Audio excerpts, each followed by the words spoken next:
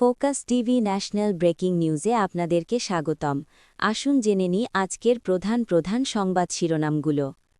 ঈদযাত্রায় অনিয়ম পেলেই সঙ্গে সঙ্গে কঠোর ব্যবস্থা, সড়কমন্ত্রী।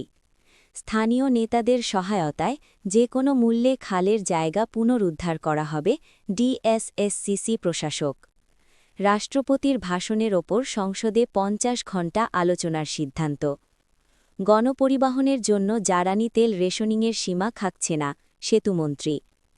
মধ্যপ্রাচ্য পরিস্থিতিতে শাহজালালে ৪৭৫টি ফ্লাইট বাতিল, আজও ২৪টি।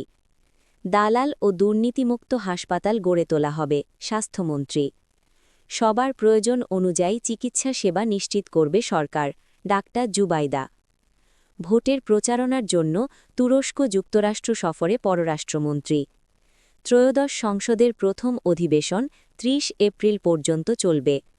জেলা আইনশৃঙ্খলা কমিটিতে থাকবেন ইমাম, পুরোহিত ও যাজকগণ, প্রধানমন্ত্রী।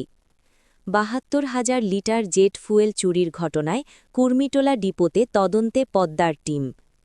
ঈদের আগে পরে ট্রাক ও কাভার্ড ভ্যান চলাচল বন্ধ থাকবে, ডিএমপি কমিশনার।